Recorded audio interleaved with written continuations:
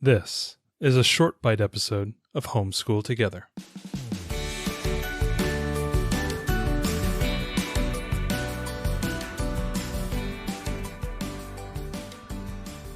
Hello and welcome to Homeschool Together. Thanks so much for joining us. We have a very special short bite edition today. We are talking about the big word Minecraft, and we have one of our listeners, Noel Medici, here to talk to us a little bit about Minecraft and how she uses it in her homeschool environment and how her kids use it and thrive on it and all the great things about Minecraft. So, Noel, thank you so much for joining us. I'm happy to be here.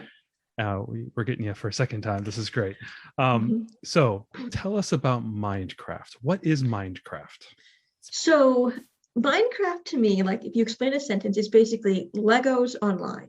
Yes. You know, my kids can take these little blocks and they can build basically anything your kids are building with Legos, you know, on a tabletop, they're building in a computer-based world. So, you know, for example, my older son was trying to build, you know, to him, what would revealed something from New York City, like a skyscraper or a roller coaster one day. Okay. Just like you might do out of a Lego set. So there's mining, right? You've got to like mine the bricks, or I don't know anything about it. So you can do the mining with bricks. So let me backtrack. There's two different modes. There's survival mode where you have to do all the mining, you don't have any supplies to build or anything, and you can also die. And then there's creative mode where you have all the supplies you need in your bag already and you can't be killed. So usually my kid, and I would recommend it to beginners, start in creative mode because it's less frustrating. I know in the beginning, my kids were like, oh, we want to try survival mode. You know, that's super cool. And then, you know, you get killed a time or two and they're like, no. But yes, that's my thing is I would start in creative mode. There's a lot of additional, they call them mods, you can buy to go along with Minecraft.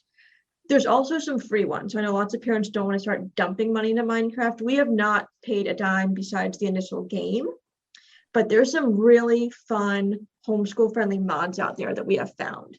We downloaded one that was all about the human body in Minecraft, and like you're walking along like a human body and you can go inside an eyeball, and like that's just like super cool. Wow. And that's like 100% free mod they downloaded. They downloaded another one that is like Tokyo, and they just shows them exactly what Tokyo looks like.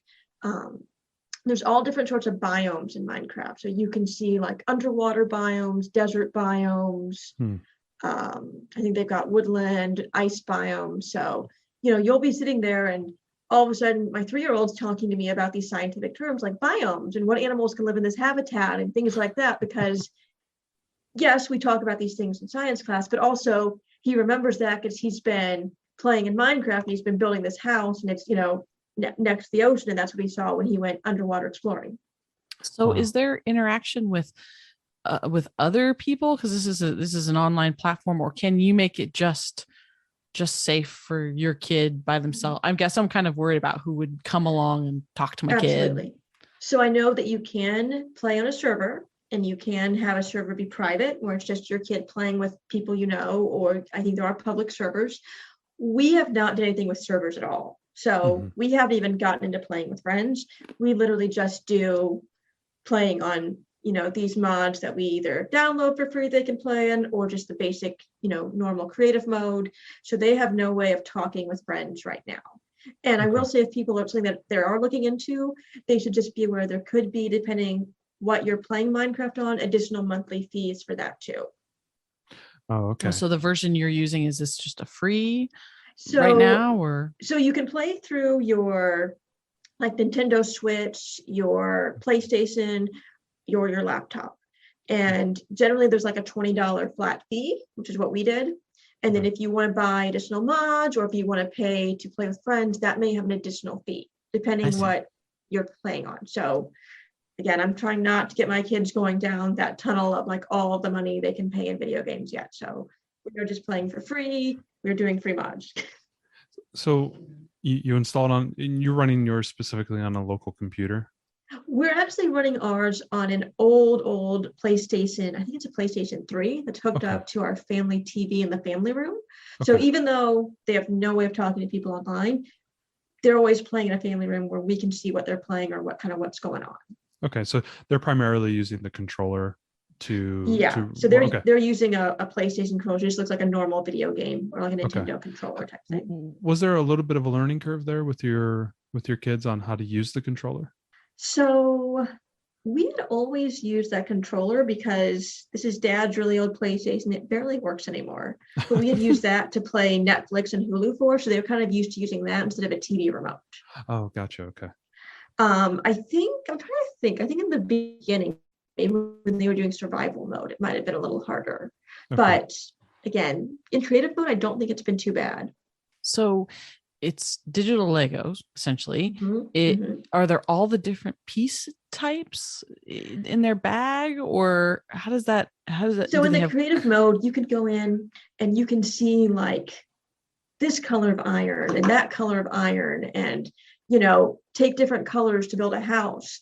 And maybe you're building a bed, and maybe you want your bed to have a red blanket. Maybe there's stuff for a red blanket in this bin of your bag, but maybe over here there's stuff for a blue one. So it can get really unique with how you're building your house. And if you want a window here, or you can build one over there. And seeing this stuff and seeing how creative they can get is really interesting. You can also spawn things. So like maybe they're on a desert biome and they want to spawn more desert animals. They can do that to kind of make the environment more, how they're imagining it being. That's interesting. Like that they have that creative aspect there. Right. Are they all like single bricks though, or do they have like arches and different things like that? Like they would in regular Lego has special pieces and things like that. Yeah, I think these are more just like bricks. But there are also times I think when you can spawn like I said, the animal or the things that don't need to be built. But that's in creative mode more, where the things you're spawning are sometimes things that aren't necessarily having to be built. Interesting. That's wild. So, video gaming, young kids, Minecraft. What about you as a parent? How did you ever have any fears about letting them play games at young ages? Do you put a time limit on things? What is your parental philosophy on the gaming? Sure. So I didn't grow up playing video games. So all of this is like brand new to me. So my husband's kind of the one that I defer to more with this, since he's been way more familiar with video games. And I definitely felt much better once we started reading about Minecraft, and also once we realized that, we could play without having them being open to the internet and, all the predators and everything out there. Because, we hear so much about Minecraft and how helpful it is, but you also don't want to open your family up. And then the one book that I did check out in the library that I found really helpful right when my kids got into it was called The Minecraft Guide for Parents.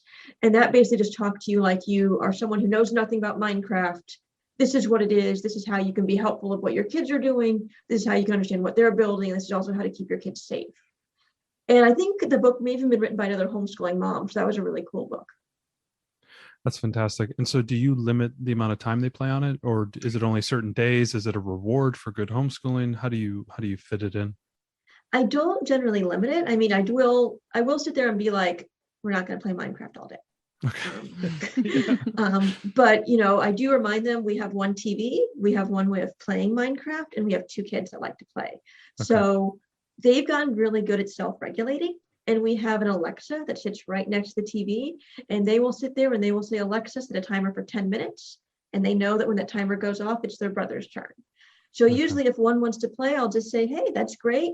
Did you ask your brother if he wants to play? That way, are we taking turns, or are you just playing by yourself for a few minutes? Again, I don't know if things will be different as they get older, but I really haven't had issues where they wanted to play for hours and hours or anything crazy like that. Honestly, usually one will take a 10-minute turn, the other will take a 10-minute turn, and usually they're done. Like maybe they play 10 minutes a day. Some days they don't even play. So it's not like, someone that's getting really wrapped up in this for hours and hours. So when it comes to building things, I'm trying to liken to Lego. Is there not instructions, but is there guidance for them to show them how to build a house, or how to create a bed, or any of the things in there? Or do you use a book or something to kind of help give them instruction? So there are books you can get out of the library. And I remember in the beginning getting some out to try to help. But I'm trying to think, I'm pretty sure in creative mode, it will show you how to build some of it. And in survival mode, you're more on your own, where you need to know how to stay alive, how to find your own food, how to build your own house. So The Okay. learning curve for creative isn't as much, but like I said, there's definitely some really good books for Minecraft you can find. And some of them are even very geared toward if your kid likes certain biomes. Like I think there's one my son has out of the library right now that's just all about the ocean in Minecraft and things you can Okay. see and do in the ocean. Okay. Do you fold it into the homeschooling environment? And like, and I'll give you an example. My aunt, when her kids were a little bit younger, in like early high school, like middle school time, they were allowed to play Pokemon for only a certain amount of time, like say 30 minutes. And she found that they spent 20 minutes of their time reading the guides and the books and learning about all the things. And she felt really guilty that like she limited the game playing, and they were just frantically trying in the last 10 minutes to do the thing they wanted. So she gave them a little bit extra time. Do you find that there are things that you can fold Minecraft in to be a learning to, I don't know, to knock off, like, as you said earlier about the human body, if you're doing a human body study, or is there maybe I'm sure there's a history mod that you can put in. Do you find yourself wanting to fold that into your normal homeschool? So I have not done much with that, but I've Okay. definitely been curious about that. I know there are homeschoolers that do that. Mhm. And I think even if you go online, you can see beautiful pictures that people have made of models, replicas of, famous buildings and, Greek ruins and things like that. So I've been curious about that, especially as Okay. my kids get older and more into, Minecraft, and we get, more into maybe studying certain areas in history. But it's definitely a possibility, but I'm also kind of following their lead and seeing, if Okay. that's what they want to do with it. All right. And then I have one last question, and it's probably dovetailing to all the great fears that we all have. YouTube has a Mhm. lot of Minecraft, Yes. walkthroughs and learning. Like, for example, and I'll use an example here. My daughter, who's 6 feet away from us playing with Legos, um, is addicted to, not, I wouldn't say addicted. She very much enjoys watching this show from this Australian lady named LEV, and she puts Mhm. together Lego things. And at first I thought this was something that was kind of frivolous, that I don't think she should really be Let's watching not it. watch her, Yeah, let's somebody not else watch play with her, toys. or not Right. necessarily watch toys, but watch her build other things. But when I found one day my daughter sitting and building things that she saw in the LEV, and I saw there was like at least some learning ability for her to be able to take things that are in her head and turn it into reality. Are you allowing, or do you see on the horizon allowing your kids to watch some controlled video time in order to Mhm. learn the game or get better ideas and things of that nature? So we do allow that. It goes back to, like I said, same with Minecraft. It's only on the TV in the family room. Like we're Okay. generally either right there or we're in the next room where we can see what's going on. Yeah. I haven't, we don't block anything. So I do always want to be aware of what, they might pull up, but usually it's, oh, I click on Minecraft, then this video is recommended, or, things like that. And they know that like occasionally we'll get other things recommended that I wouldn't say are inappropriate, but it's more just things that are like pranking people where I'm like, we don't need to be watching that. Let's go back to Minecraft, or let's go back to something that's more appropriate. Understood. Yeah, and that's my biggest fear is, I let her watch, a 20-minute video of her putting together some Mhm. Harry Potter Lego set and everything, and she really enjoys that. But I do worry about those next 2 or 3 videos that might be Right. suggested. Yeah. Okay. Cool. Mhm. That I just wanted to hear what you were thinking. It's along the lines of what I do as well. Not just letting them have unlimited time. Obviously, be very thoughtful of what you're doing.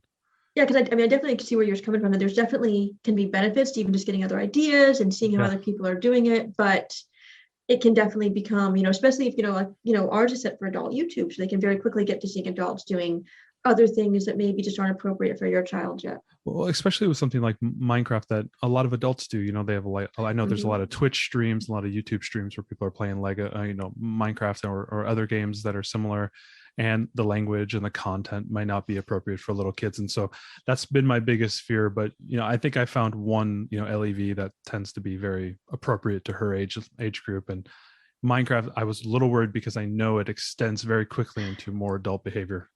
Yeah, and I know I saw someone post a list online. I'll have to see if I can find it of Okay. like child appropriate Minecraft channels. Oh, perfect. Yeah, Yeah, if you could send that to us, we'll put those in the show notes. Yeah.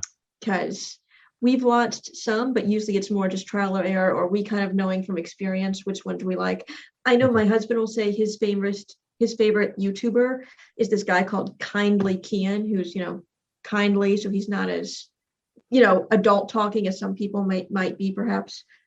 Absolutely. Well, I don't know. I think that's all my biggest questions about Minecraft. I know Ariel has been, interested in it as well. And I thank you so much for taking the time to share that with us. I know there's other people in the community who may be kind of itching that way as well. I know at our parent partnership, there's a whole Minecraft class devoted to Minecraft. And, I have a feeling with our daughter who's very into Legos that it may be something she's interested in the near future. And thank you for sharing your knowledge. Do you have any other parting wisdom for parents who might be like embarking potentially on the Minecraft adventure? No, I mean, I would say the one thing that, my husband more than me is, the best way to learn something, if you're curious about it, is don't be afraid to play with your kids. So, Yeah.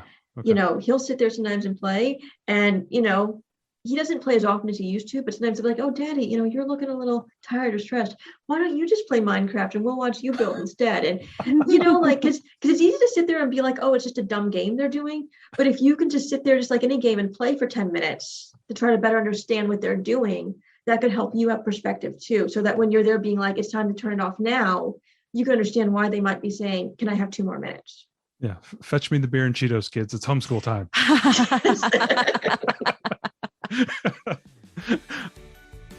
Thanks so much for joining us today and making us a part of your homeschool journey.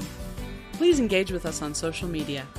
Join our Homeschool Together podcast group on Facebook and find us at Homeschool Together Podcast on Instagram. We'd love to hear your feedback, questions, and recommendations. Until next time. Happy homeschooling!